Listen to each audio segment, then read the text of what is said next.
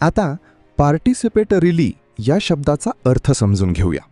सर्वप्रथम मराठी अर्थ: सहभागाच्या पद्धतीने किंवा सहभागात्मक रीतीने. पार्टिसिपेटरीली हा शब्द ॲडव्हर्ब आहे. मराठीत समजून घ्या. पार्टिसिपेटरीली म्हणजे अशा पद्धतीने की ज्यामध्ये लोकांचा सक्रिय सहभाग असतो. जेव्हा एखादी क्रिया किंवा प्रक्रिया सर्वांना सहभागी करून केली जाते तेव्हा पार्टिसिपेटरीली हा शब्द वापरला जातो. English meaning: in a way that involves active participation. आता उदाहरणे पाहूया. पहिले वाक्य: डिसिजन्स शुड बी मेड पार्टिसिपेटरीली. निर्णय सहभागाच्या पद्धतीने घेतले जावेत. इथे पार्टिसिपेटरीली म्हणजे सर्वांच्या सहभागाने. खालील प्रश्नाचे उत्तर कमेंटमध्ये लिहा. Participatorily is a noun, B verb, C adjective, D adverb. आता पोल्यूट या शब्दाचा अर्थ समजून घेऊया. सर्वप्रथम मराठी अर्थ: प्रदूषित करणे किंवा घाण करणे. पोल्यूट हा शब्द वर्ब आहे. मराठीत समजून घ्या. पोल्यूट म्हणजे हवा, पाणी किंवा पर्यावरणात हानिकारक पदार्थ मिसळून ते अस्वच्छ किंवा हानिकारक बनवणे. जेव्हा वातावरणात घाण, धूर किंवा रसायने मिसळली जातात तेव्हा पोल्यूट हा शब्द वापरला जातो. English meaning: to make air, water or the environment dirty or harmful.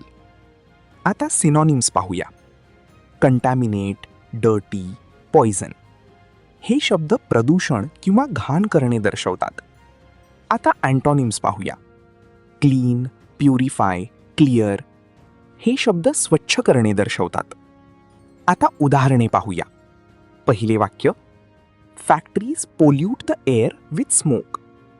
कारखाने धुऱ्यामुळे हवा प्रदूषित करतात. इथे पोल्यूट म्हणजे हवा घाण करणे. खालील प्रश्नाचे उत्तर कमेंटमध्ये लिहा. Pollute means A clean, B make dirty, C purify, D clear. आता पॉल्युशन या शब्दाचा अर्थ समजून घेऊया. सर्वप्रथम मराठी अर्थ: प्रदूषण किंवा घाण. पॉल्युशन हा शब्द नाउन आहे. मराठीत समजून घ्या. पॉल्युशन म्हणजे हवा, पाणी किंवा पर्यावरणात हानिकारक पदार्थ मिसळल्यामुळे निर्माण होणारी घाण किंवा हानिकारक स्थिती.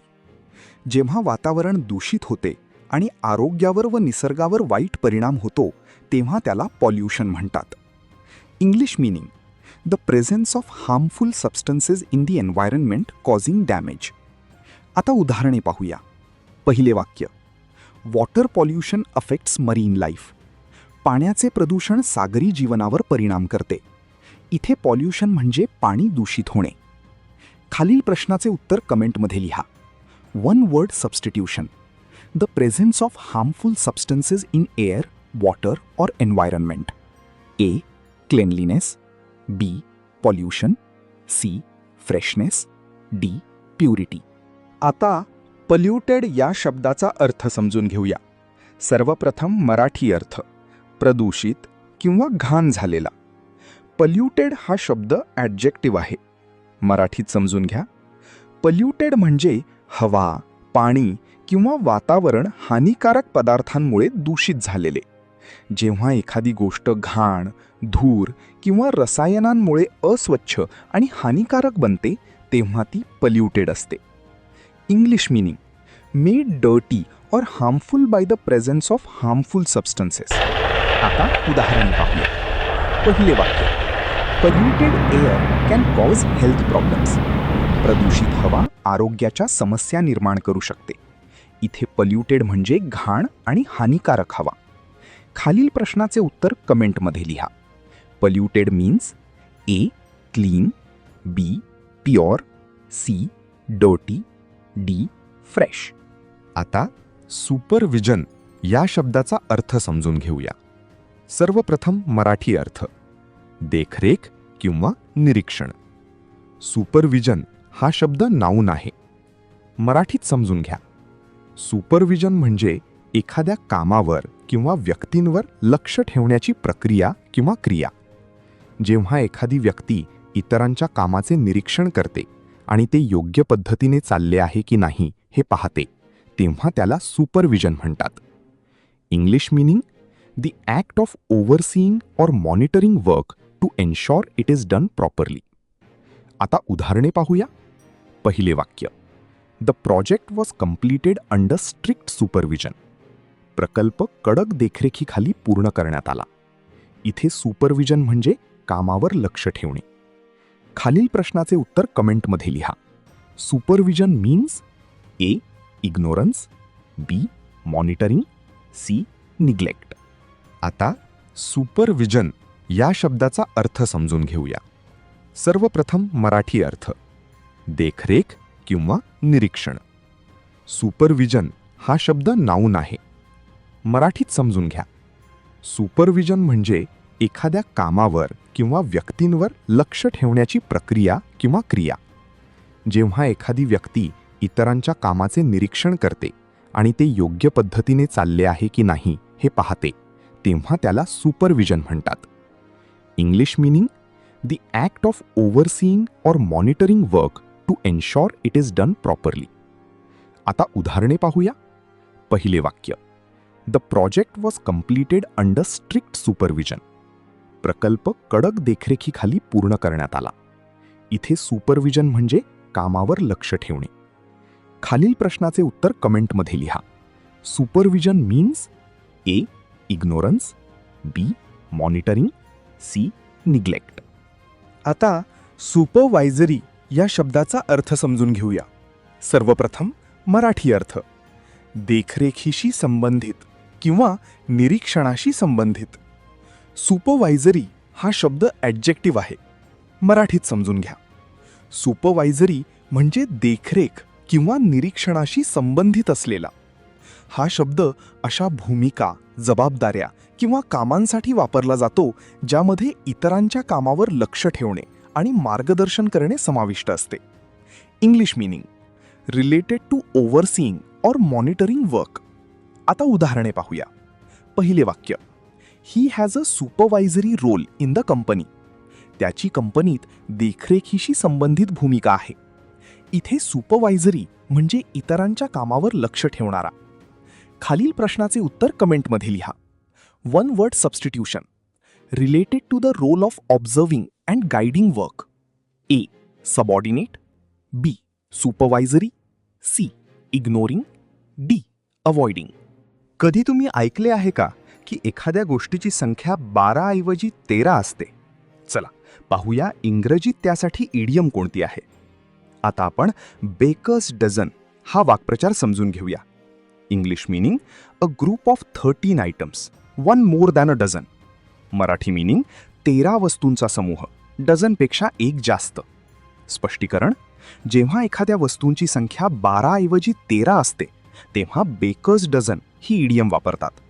Sentence 1, the shopkeeper gave me a baker's dozen of eggs. अर्थ, दुकानदाराने मला 13 अंडी दिली. स्पष्टीकरण, डझन म्हणजे 12 पण इथे 13 दिली म्हणून इडियम योग्य ठरते. Sentence 2, she bought a baker's dozen of cupcakes. अर्थ, तिने 13 कपकेक्स खरेदी केले. स्पष्टीकरण, नेहमीपेक्षा एक जास्त म्हणजे 13 म्हणून इडियम वापरली आहे. एक्झाम टिप, बेकर्स डझन म्हणजे 13 वस्तूंचा समूह, डझनपेक्षा एक जास्त. अर्थ 13 आयटम्स. स्पर्धा परीक्षेत विचारला जाऊ शकणारा प्रश्न, choose the correct meaning of baker's dozen. A. 12 items, B. 13 items, C.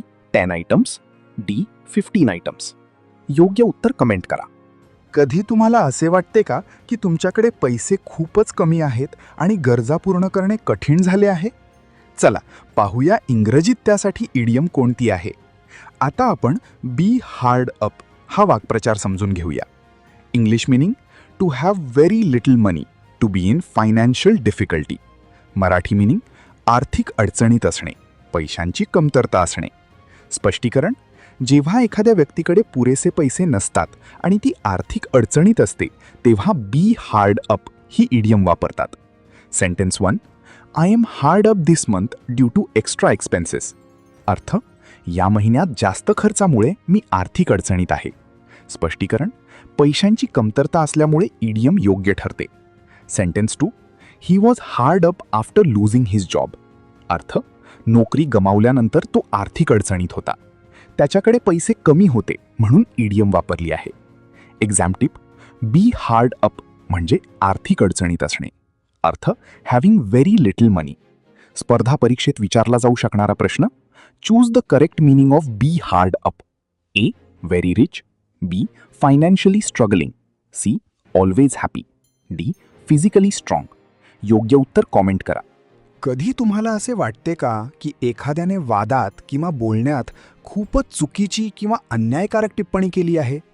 चला पाहूया इंग्रजीत त्यासाठी इडियम कोणती आहे. आता आपण बिलो द बेल्ट हा वाक्प्रचार समजून घेऊया. English meaning: unfair or hurtful, often in an argument.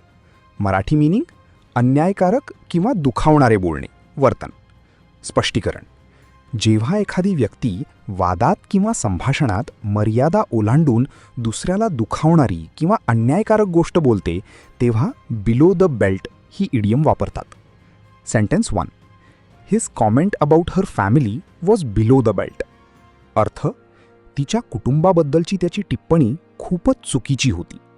स्पष्टीकरण: तो मुद्द्याबाहेर जाऊन दुखावणारे बोलला म्हणून इडियम योग्य ठरते. Sentence 2. That joke was really below the belt.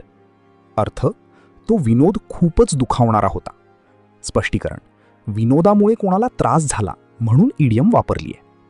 Exam tip: below the belt equal to अन्यायकारक किंवा दुखावणारे. अर्थ, अनफेअर और हर्टफुल. स्पर्धा परीक्षेत विचारला जाऊ शकणारा प्रश्न: choose the correct meaning of below the belt. A, very fair. B, hurtful और unfair. C, very funny. D, completely correct. योग्य उत्तर कॉमेंट करा.